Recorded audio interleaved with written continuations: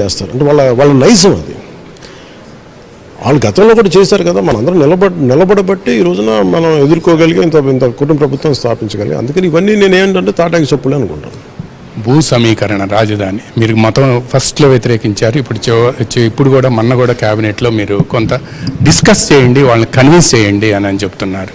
అది ఎప్పుడు ఇదవుతుంది అంటే బేసిక్గా భూ సమీకరణ నేను వ్యతిరేకించడం ఏం కాదండి. అంటే నేనేం నమ్ముతానంటే స్టేక్ హోల్డర్స్ అని ముఖ్యమంత్రి గారు కూడా ఇదే నమ్ముతారు. స్టేక్ హోల్డర్స్ని రిపీటెడ్గా క్యాబినెట్ మీటింగ్స్లో కూడా మీరు ఎవరైతే భూములు ఇస్తారో వారి భాగస్వామ్యం చేయండి అభివృద్ధిలో. ఎందుకంటే మీకు ఆ P4 కూడా తీసుకొచ్చింది, బాగా ఎదిగిన వాళ్ళు, బాగా అణగారిన కుటుంబాలని మీరు తీసుకోండి, దత్తత తీసుకోండి.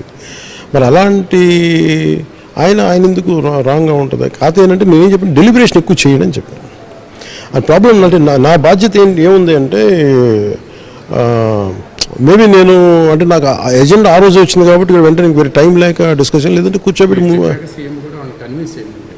ఎందుకంటే నేను ప్రాబ్లం ఏమవుతుందంటే అది మనం ఉన్న ల్యాండ్ ఇది ఉంది కదా, మళ్ళీ ఇవన్నీ కూర్చొని డెలిబరేషన్ చేసి నిజంగా అవసరం అనుకుంటే ప్రజలు ఇచ్చేస్తారు తప్ప మనం ఆ బాధ్యత మనం తీసుకోవాలి. మళ్ళీ అంటే మళ్ళీ అమరావతికి ఇంత గొడవ పడ్డాం కదా, వీటిని ఒకసారి మనం లోతుగా అధ్యయనం చేసి you take the right call అనేది వారికి తెలియజేస్తాం. ఈ సినిమా నిర్మాత ఏఎం రత్నం గారికి Andhra Pradesh film development corporation chairman పదవికి మీరు రికమెండ్ చేశారు, ఎప్పుడు ఇస్తారని? ఎందుకు ఆగింది అనుకుంటా? ఇవ్వాలి కదా, అటువంటి వాళ్లే కదా చేయాల్సి. అది అంటే పాప అంటే నాకేముంటుందంటే ఇంత అడ్మినిస్ట్రేషన్ చేయాలి, ఇంకా చెప్పాలంటే ఆయన 2 సంవత్సరాలు డిలే చేయాలి. సంవత్సరం లోపు చాలా చేశారు.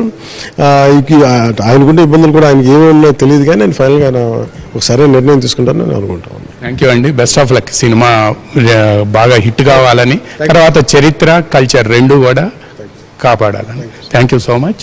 ఇది జనసేన అధినేత AP deputy CM Pawan Kalyan గారి అభిప్రాయం.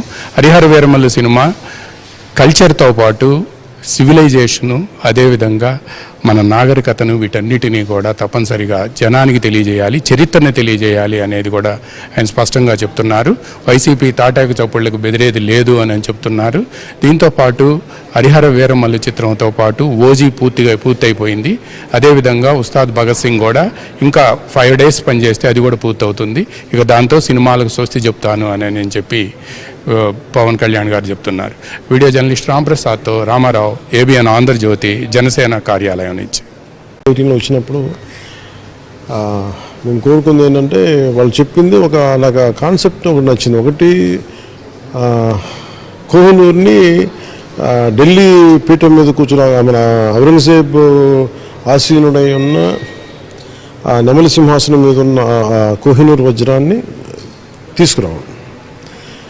సో అది మామూలు హైస్ట్ అంటే మామూలు ఒక దొంగతనం కాదు, ఇది ఒక కట్ థ్రోట్ రూలర్ ఉన్న టైం.